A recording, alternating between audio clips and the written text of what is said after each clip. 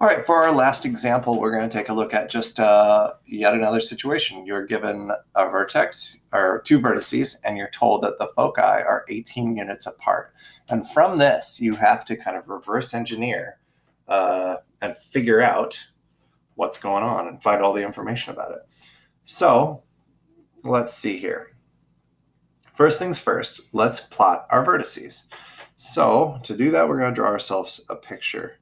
And just because we're at -5 for our y value, the y value here, let's make our graph look like this.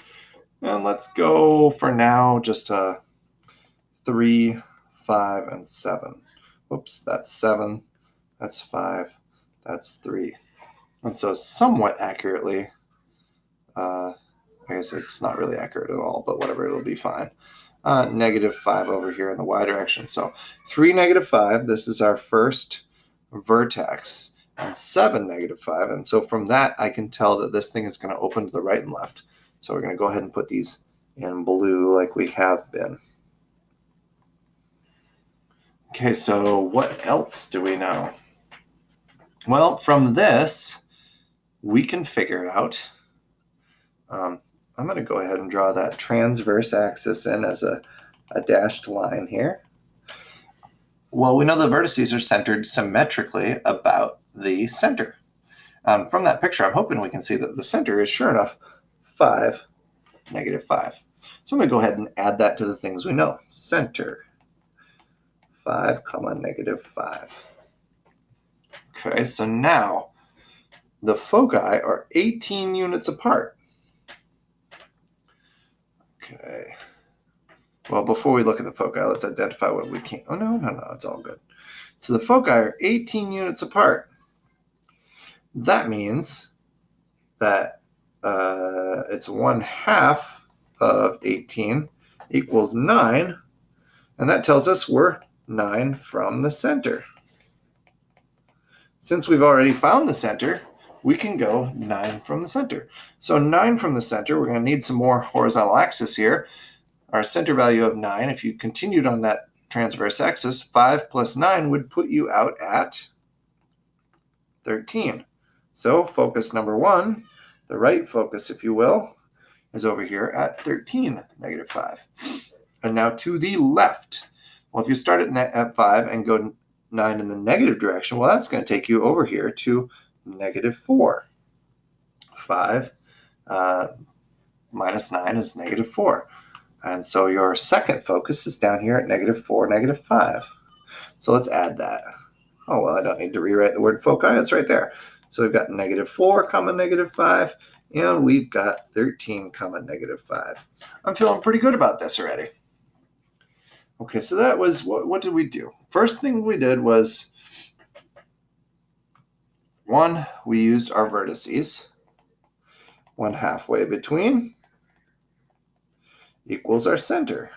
That's the first thing we did. And then we used the focuses, the foci, and we figured out where they were. And so at this point, you've got enough on your paper that we're like, hey, I can find B, and if I can find B, I can do everything I have been doing. So let's do that.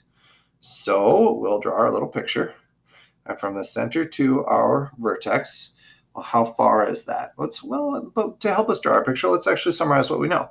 A is equal to the distance from the center to the vertex here, and that happens to be a distance of 2, and I can just see that from my picture. And how did we find the focus? Well, we found the focus by knowing that it had a distance of 9 from the center. So I know that C is equal to 9, and I'm left to find B. And so the third thing we're going to do is we're going to find B. And B is going to be equal to the square root of the hypotenuse. I'm sorry, draw the picture first. So your A value is 2, your B value is who knows, and then your C value is 9. So B is going to be the square root of 9 squared minus 2 squared. 81 minus 2 gives us square root of 77.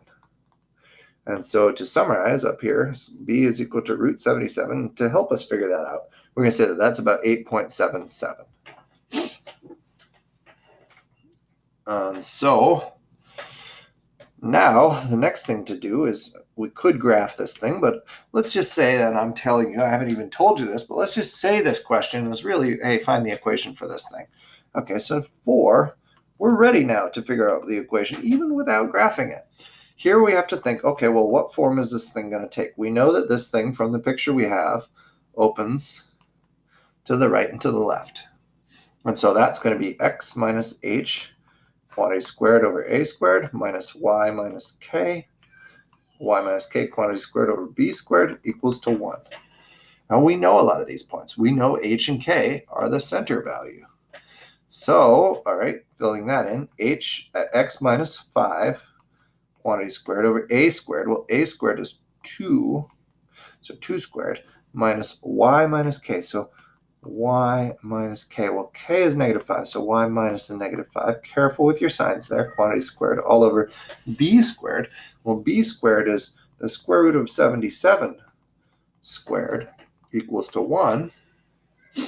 And so this gives us x minus 5 quantity squared over 4 minus y plus 5 quantity squared over 77 equals to 1.